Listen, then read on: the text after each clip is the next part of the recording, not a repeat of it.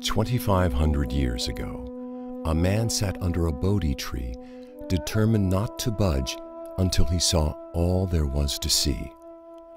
Upon arising, now enlightened, the Buddha spent the next 45 years teaching a new and revolutionary way of seeing the world. The essence of his teachings, called the Dharma, was articulated in the Four Noble Truths, where he taught the path to the end of all suffering.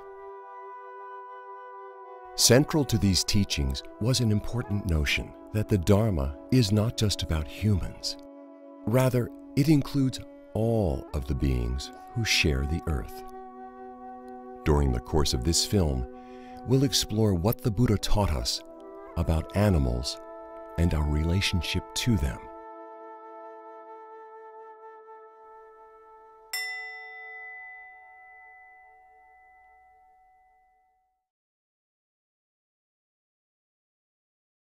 Most people raised in the West were taught that animals are very different from people. The food culture centers around eating animals. It's everywhere, in advertising, in restaurants, in the supermarket, and few people think twice before eating a hamburger, or steak, or a piece of chicken. The entertainment industry showcases them in circuses, and zoos, and aquariums. And the medical and cosmetics industries experiment on them. Most of us care very deeply about our companion animals, such as dogs and cats, but we often fail to extend this same compassion to other animals. Imagine instead a culture where animals are not harmed.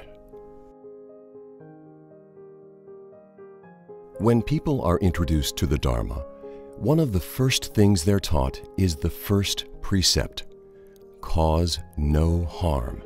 And they're taught that this principle of non-harm extends not just to humans, but to all beings. Unlike in Western culture, where animals are kind of considered a separate, almost a separate form of life, and humans are considered very, very different, in Buddhism, we're all considered to be just a part of nature. And that we all have the same, we could say 5 aggregates. We're all made up of the same kinds of stuff. So there's not a hard and fast dividing line between humans on the one hand and the creatures on the other. That's why the first ethical precept in the Buddha's teachings is not to take the life of any living being. So I think that's the fundamental stance from the point of view of the Dharma. As a Buddhist, when you take refuge in Buddha, Dharma, and Sangha, one of the principles that by taking refuge in Dharma and Buddha is that not harming other beings, not causing harm to other beings. That is the number one key principles that you take by taking refuge in Buddha, Dharma, and Sangha. When I'm asked what's the major factor of Buddhism, I will say ahimsa. And ahimsa means non-harming. And in what I've learned of Buddhism, the non-harming is of ourselves, of others, including animals, and of the environment. Those 3 things are the 3 things that I see, at least our tradition, try to deal with all the time. To live lightly on the land. And that would certainly include not taking the life of another, not stealing their life, and also what their bodies were made of. So the teaching is really, not to do any harm. That's the first precept, not to kill, or sometimes it's translated as harm living beings. And it's partly to do with a sense of compassion for the animal, a sense of recognizing that animals suffer.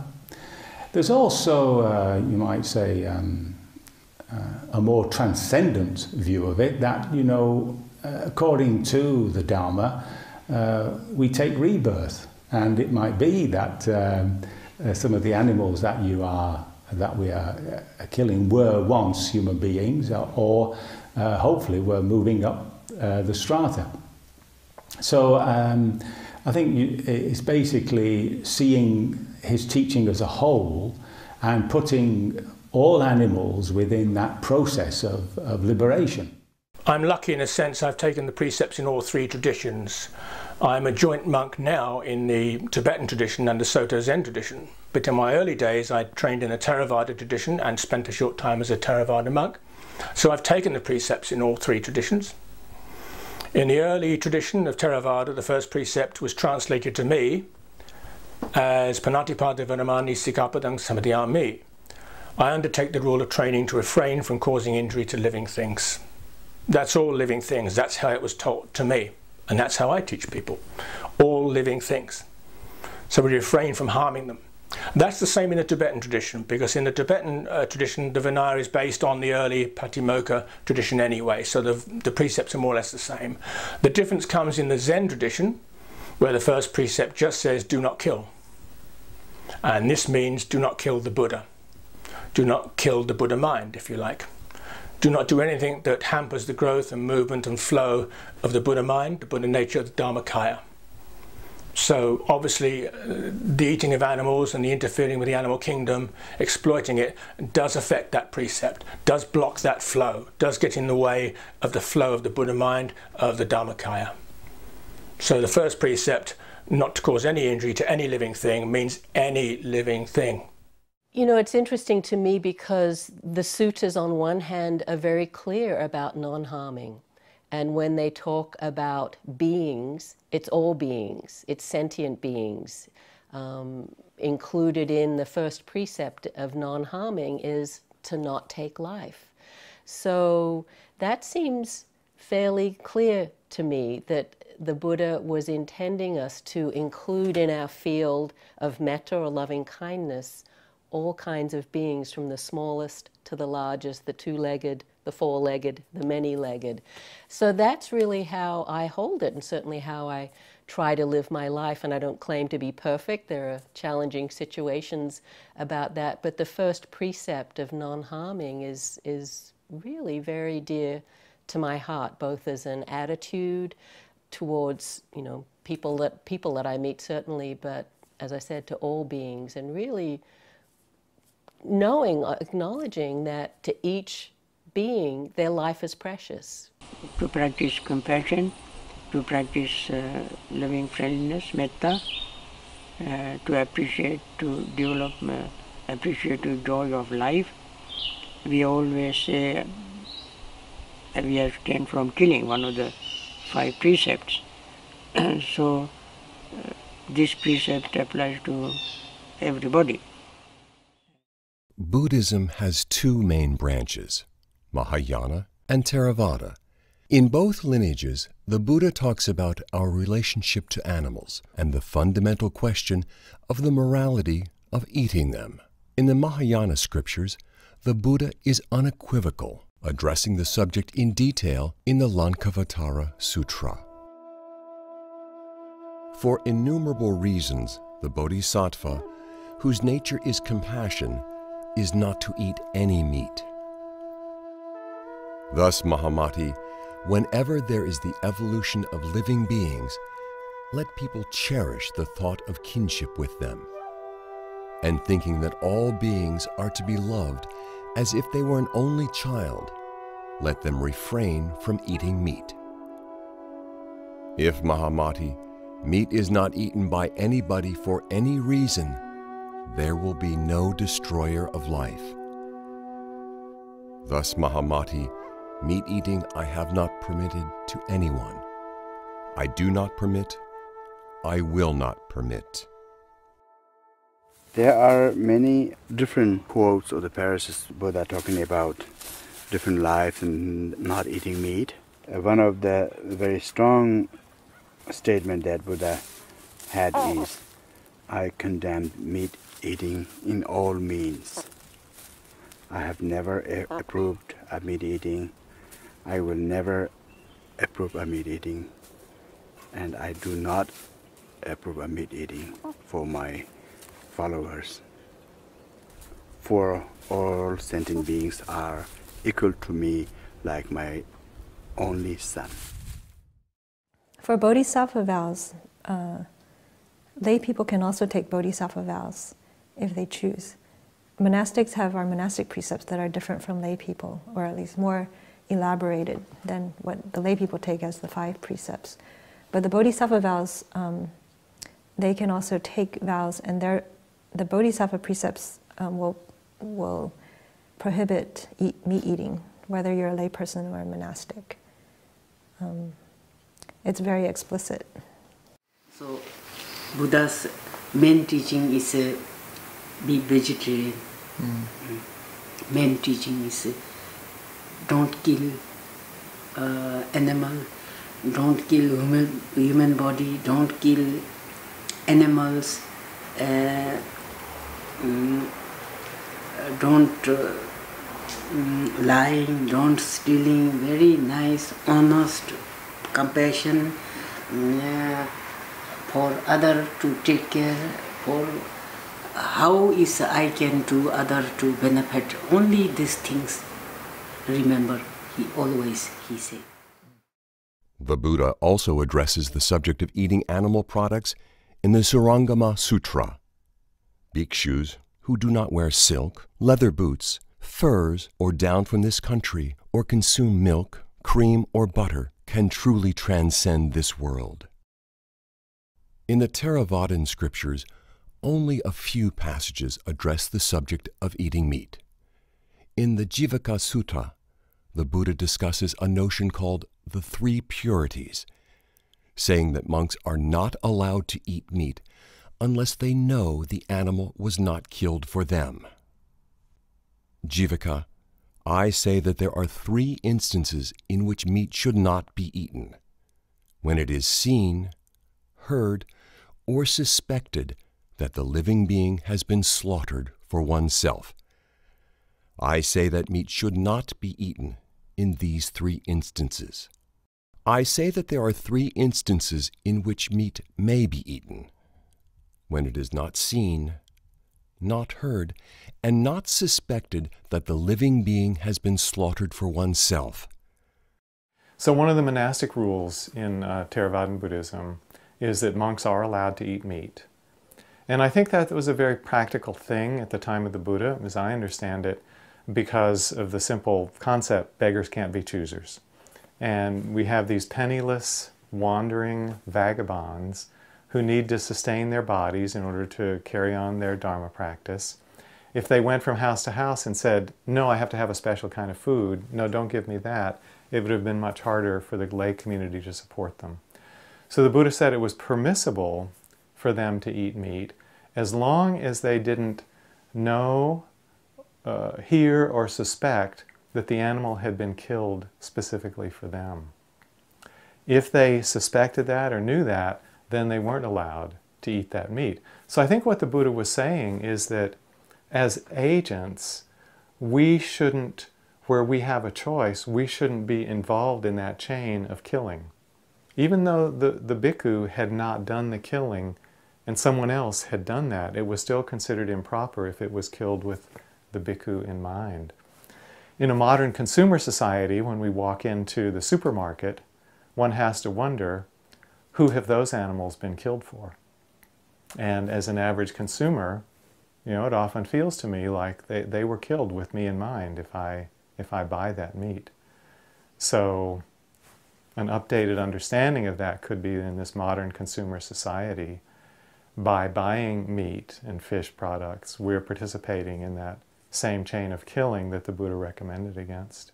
And so the rule was made that if you if you didn't kill the animal yourself, you didn't request it to be killed for you, and you are not aware that it was killed on your behalf, then karmically you are pure, because you were just wandering around through the villages collecting whatever people happen to want to put in your begging bowl. But in a situation where actually you are in charge of what you can eat, and you go into butcher shops and you buy meat, then in a way the very fact that you're buying it is saying that you are subscribing to the whole culture which rears meat to be killed for consumption.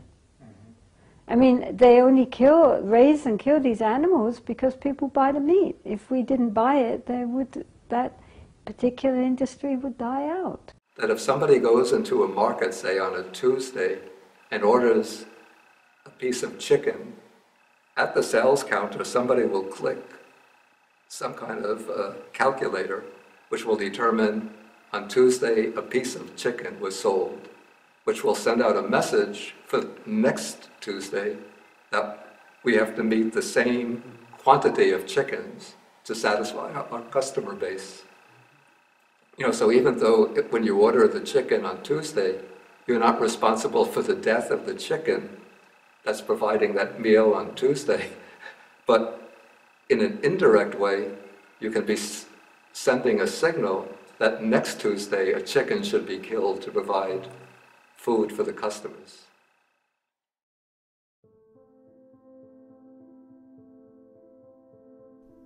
Many people who have not spent time with animals don't realize just how much like us they are. They're smart, sensitive, emotional, and it doesn't take long to realize that every animal has his own unique personality. However, despite their being sensitive, we often treat animals with extreme insensitivity, even cruelty.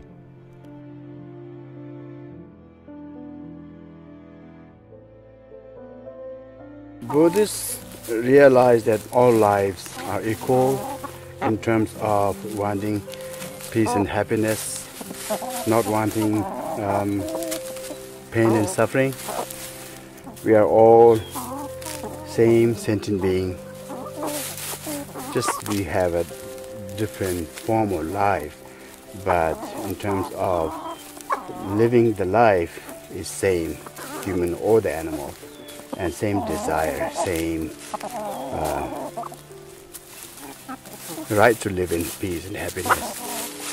The Dharma relationship to animals, first and foremost, is the recognition that animals have consciousness, which means that they feel.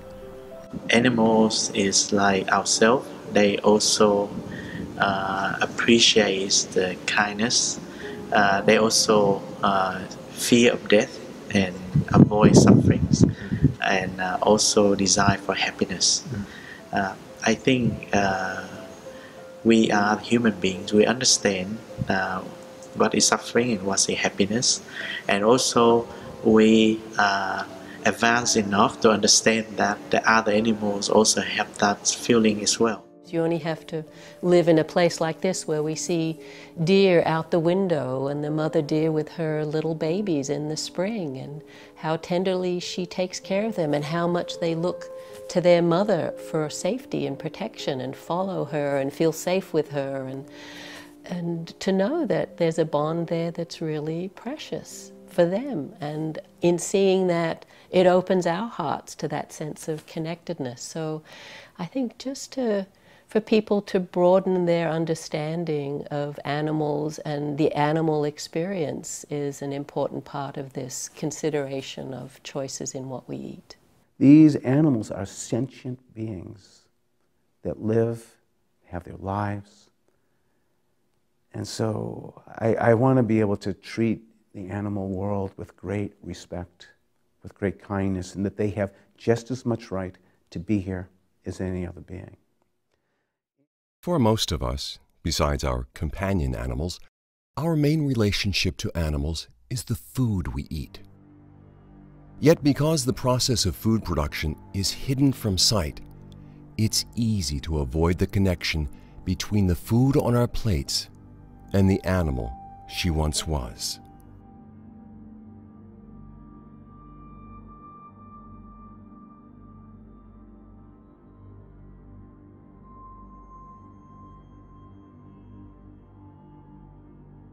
Are these animals being killed for you?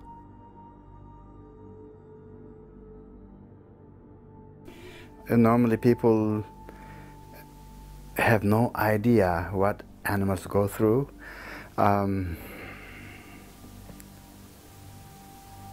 It will only be realized when you get to see what actually happens in the slaughterhouses. Until then, you wouldn't realize. And when you see that, actually, you will feel if that is really appropriate to eat them. It's really horrifying. Certain slaughterhouses have like the entire animal that they are supposed to slaughter for the day are standing in a corner out there, and then the one by another being slaughtered in front of the rest of the animal. And then you can imagine how terrifying that experience would be.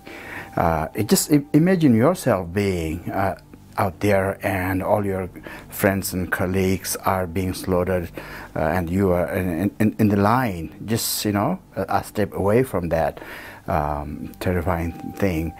According to the most religion, talk about hell like most horrifying suffering realm, but I can't imagine there is something more horrifying and painful, so-called hell, than those horrifying experience when you are lined up in the slaughterhouse. Just heartbreaking. So we need to actually see those things, so that how we humans are actually causing so much trouble to other fellow sentient beings.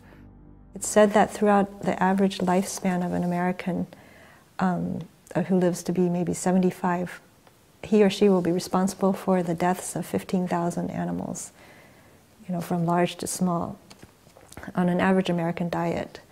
So that's a lot of killing, that's a lot of karma to be responsible for. There's not so much separation. There's an apparent separation between us and other creatures, but actually when we become very sensitive, we can feel that when we see another being in suffering, that we feel the suffering too. So usually this is a very human response. You cannot bear to see an animal killed in front of you, or being, dying in front of you. I mean, just as I wouldn't particularly like someone to kill and eat me, I don't think any being wants to be slaughtered and killed and eaten. And especially considering the manner in which animals are killed in this day and age, the terror and trauma that they go through in the process. How can we sit down and eat them? The Buddha really expressed his teaching, or reduced his teaching, in a very simple formula. He said, in the Pali, it's dukkha, dukkha, nirodha, it's 3 words. He said that he basically taught suffering, which means how it arises and all that, and the end of it, how we bring it to an end. Now, anybody in contact with suffering is moved by it. There's when we see somebody suffering or an animal suffering, there's a resonance in our own hearts which connects us with that suffering. We can call it a sorrow, and that sorrow drives us to try and do something about that person or that animal. I don't think that by my eating vegetarian or my becoming a vegetarian, being vegetarian or my other people becoming vegetarian, the world will stop killing. No matter how many people become vegetarians, the world will not stop killing. But we can minimize the amount of animals raised in farms for killing. The number of animals slaughtered can come down if people become vegetarians. A lot of people pay attention to the precept about not taking a life, and that makes sense. That's kind of obvious. Almost every world religion has something about not killing, and there is no asterisk. It doesn't say humans. It says thou shalt not kill.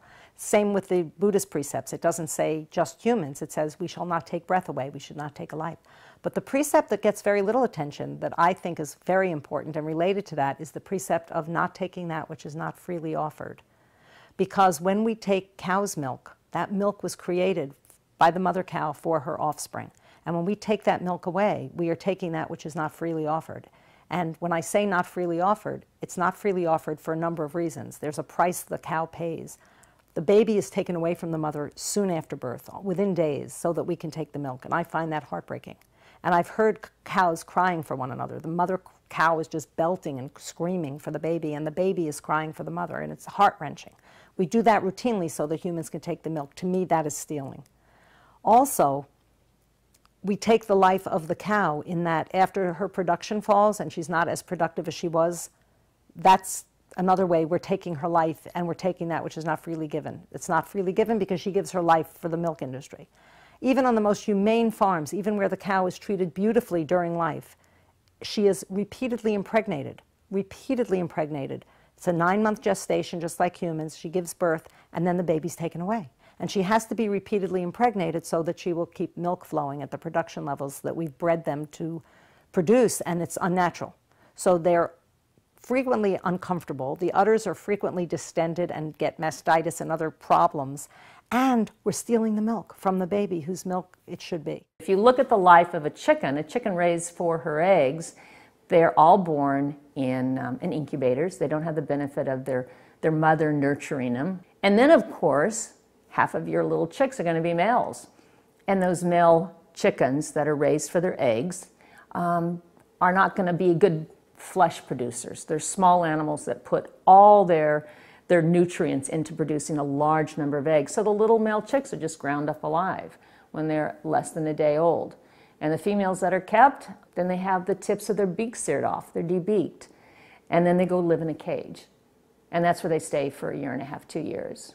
And after that, their egg production decreases, and so they're gassed or they're sent to slaughter. So whether it's a free-range farm, a cage-free farm, or a battery farm, chickens have a horrendous life. When everybody gets before King Yama after they've died and they start blaming each other. If you didn't want to eat it, I wouldn't kill it. And if you didn't kill it, I wouldn't sell it. And so we have the buyer, the seller, and the slaughterer all putting the blame on somebody else, when in fact, truly, it is interconnected. If you didn't have one, you wouldn't need the other.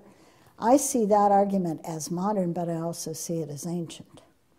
If you care about suffering, if you care about your own suffering and the suffering of others,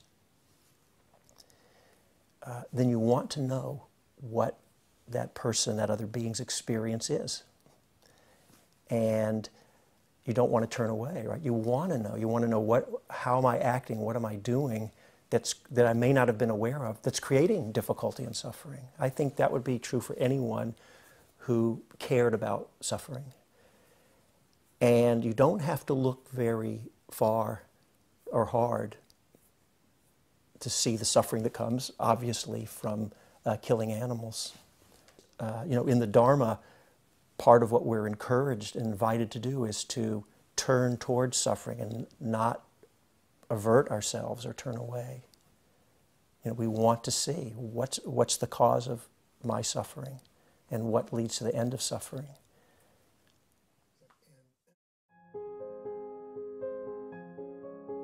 Of all the things we can do to help alleviate the suffering of animals, the most important is to stop eating them. You might also consider no longer consuming their products, such as milk and eggs. When you do, you may be surprised at just how good vegan food tastes. For those who find it difficult to stop all at once, a gradual transition may be easier. Maybe start by choosing one meal a day or one day a week to be vegetarian or vegan. Try substituting soy milk for cow's milk in your breakfast cereal.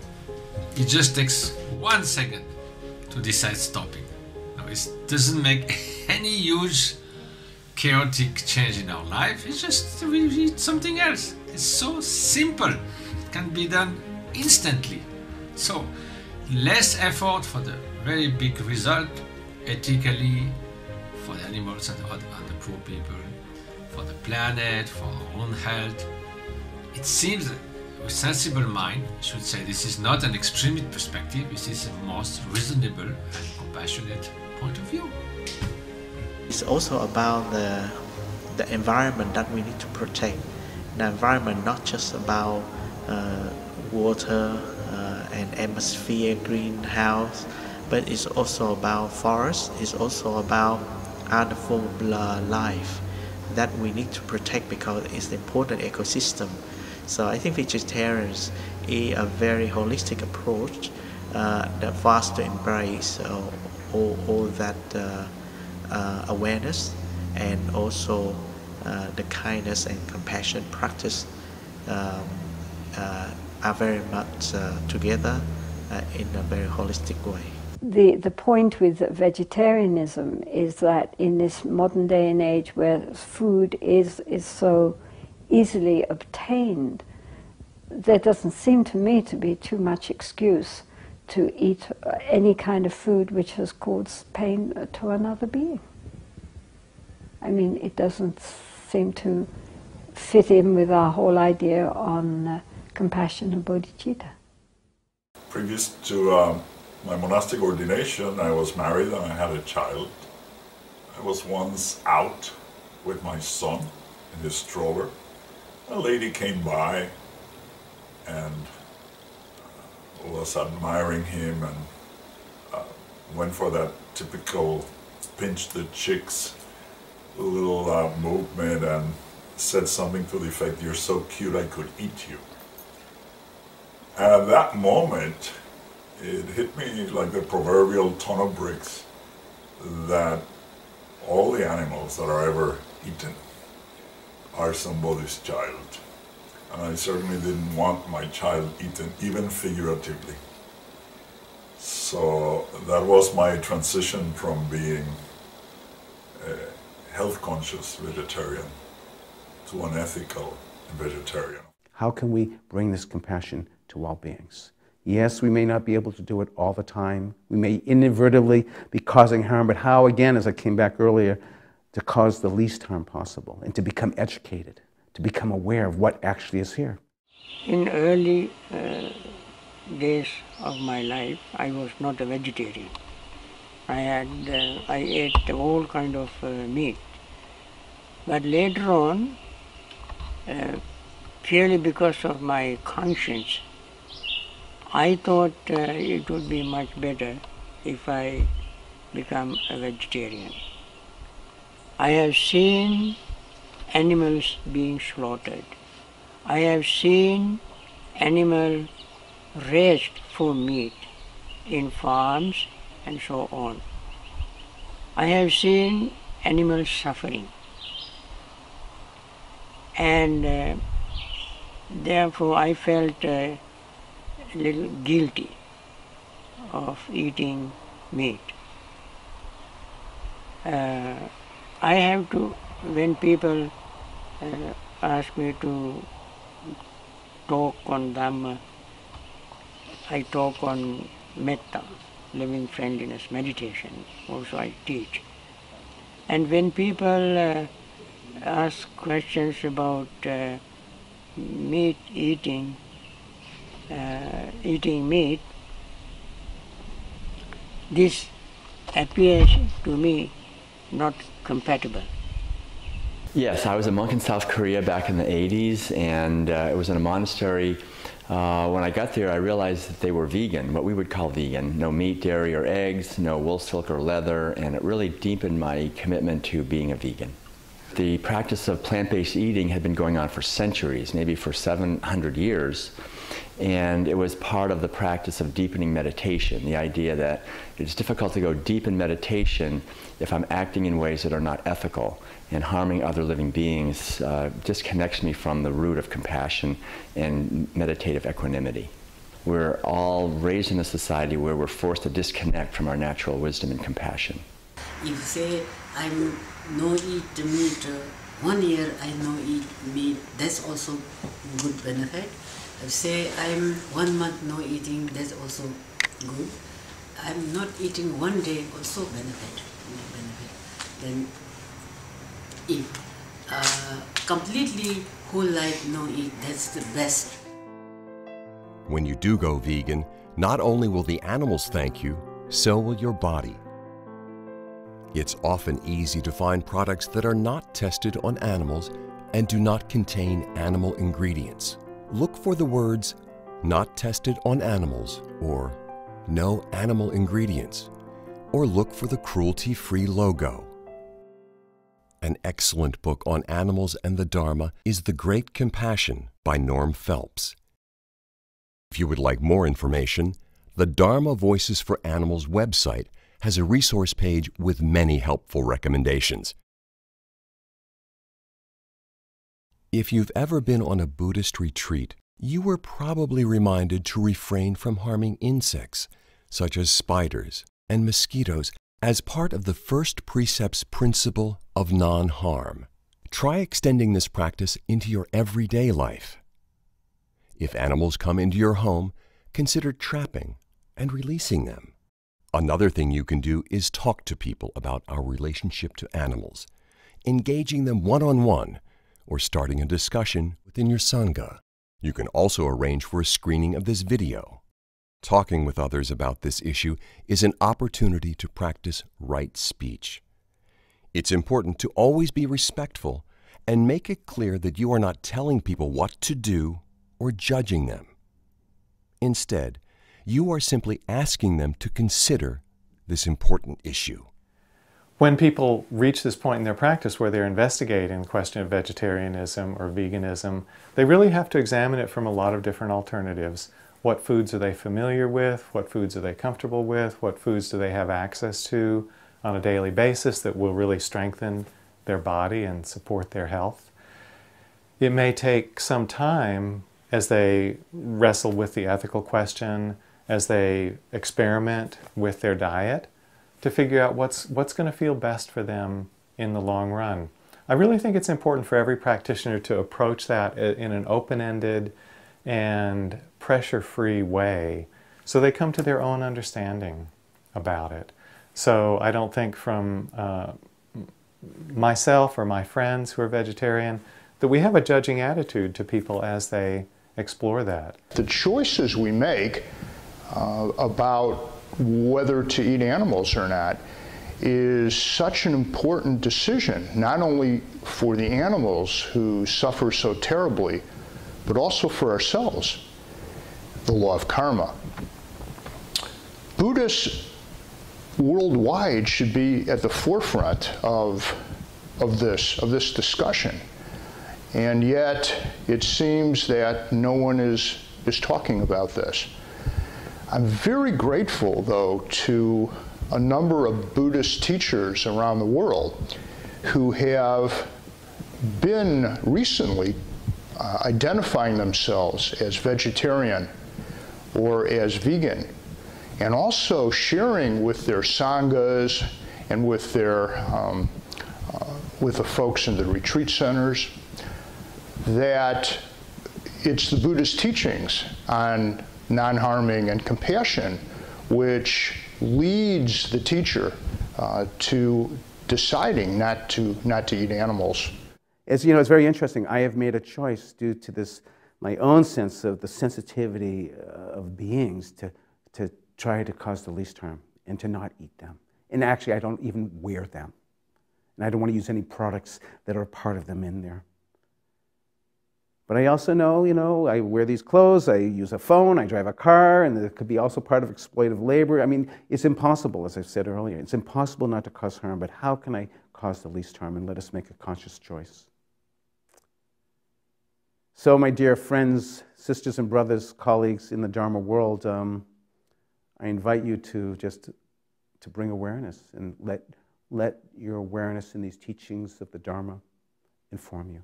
I've spent a lot of time trying to understand why it's so hard for people to become vegetarian. It's come down to, for me, two main reasons, both of which are Buddhist concepts. The first is conditioning. We're taught that it's okay to eat animals. We're told by our parents, we're told by society, it's constantly reinforced. And when we're conditioned our entire lives to see things one way, it's hard to see them another. And this really goes to really Buddhist training, where we spend our time reconditioning ourselves. But it does start with an intent to recondition ourselves. And it's a process. And I think the second reason, and probably the biggest reason it's so hard for people to stop, is desire. And it's not a simple desire. It's craving, it's clinging, it's attachment. We like eating meat. We like the way it feels. We just don't want to give it up. And this, of course, goes to the heart of the Buddhist teachings, the Four Noble Truths, dependent origination. And we know that desire is the cause of suffering. In this case, the cause of your suffering and the cause of the suffering of other beings. And it's only through overcoming desire and giving up our attachments that we can put an end to suffering. It's what we do that defines us. It's how we act and how we behave that defines us as Buddhists, not what we say or chant about or what pictures we have. So we really have to wake up to what we are and what our responsibilities are and be honest. It's very difficult to be honest and just look at yourselves, those who eat meat, just reflect. It's because you like it, isn't it, really? I've heard people say, I'm just not ready to give it up yet. So that's an honest answer. One could explore that, and there could be a lot of what's going on if you were to unpack that. You know, what's holding you on to that? If you've gotten to a point where you can say, I'm not ready to give it up, that is saying, well, there's something really, maybe I would want to entertain or that I could, but I'm not quite ready to go there. Interesting place for someone who can say, I'm not ready to give it up. So you know you're causing harm or there's something about it. I would see that as to be a really rich and fruitful area for investigation. I think the only thing that I wish for within the Dharma community is not to push my ideas of veganism on you, but to investigate for yourself what is true. And to know that when you're eating a burger or meat, it's flesh and it's the skin of an animal, and like let that not be denied. And so I don't want to be critical of my sisters and brothers in the Dharma, but I do wish for you all to look very closely at what actually it is that we're putting in our mouths. Our relationship to animals provides an excellent opportunity for developing our practice by being continually mindful of how our actions impact animals. We can cultivate compassion and non-harm and other wholesome Buddhist qualities. And it's always been my preference to be vegetarian since I became a Buddhist. Compassion is always defined very simply with the same fixed expression, which is it's the quality of the heart, or it's the quality that makes the heart of a good person tremble with the suffering of others, and it's the wish to alleviate the suffering of others. So it would seem to me sort of intuitively that if one has this deep quality of compassion, that one doesn't want others to suffer, and one knows that either ordering meat or consuming meat is going to, through some chain of causation, bring about even the cruel upbringing and the slaughter of animals, that out of compassion one would adopt vegetarianism.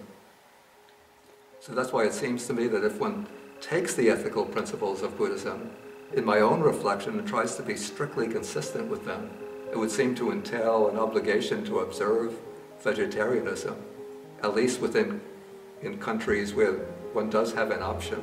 The heart of the Buddhist path is compassion. That means to value others. If you value others, you value their well-being and you're concerned by their suffering. And so it seems that aberrant to survive at the cost of others' suffering. And so if we can do it, if we can survive So of course that means the condition that in which we can find other types of means of survival. Then for me it seems to be a must in terms of Buddhist practice. We are engaged in sharing with our brothers and sisters in the Dharma this understanding that compassion is the highest form of wisdom, and that compassion for all is what we are called upon to have and feel and develop. Compassion again is just that movement away from harm to protection, to doing good. It's just a natural process that happens once you refrain from doing harm. Well, to quote George Bernard Shaw, animals are my friends and I don't eat my friends. For the Buddhist community, my brothers and sisters, my appeal for you is that since we took refuge in Buddha, Dhamma and Sangha, and we took the basic principles from among them, number one is not killing. In terms of not killing, it's not necessarily mean that you go kill, but it's also causing the killing. So which means when you eat other animal, you are the cause of that killing. So my appeal to you is that try to learn about a vegetarian lifestyle, try to learn about a vegan lifestyle, which is way healthier, more compassionate lifestyle. So please try that, because we have taken certain principle before the Buddha, Dhamma and Sangha, and if we don't follow our principles, then we are just named Buddhist. So try to live your belief, live your faith, and try to put Dhamma into your practice. For all of us, none of us are going to be perfect. We're going to have places, but what happens is our awareness and our deepening and our ability to actualize the first precept of non-harming, it grows as a fruit of all the other parts of Dharma practice that we're doing. So the basic sense of compassion is also explained in the Metta Sutta when the Buddha said, just as a mother protects with her life her child, her only child, so with a boundless heart should one care for all living beings. Just like us, animals want to live lives free of pain and suffering. And it is up to each of us to make choices that respect all of the creatures of the earth.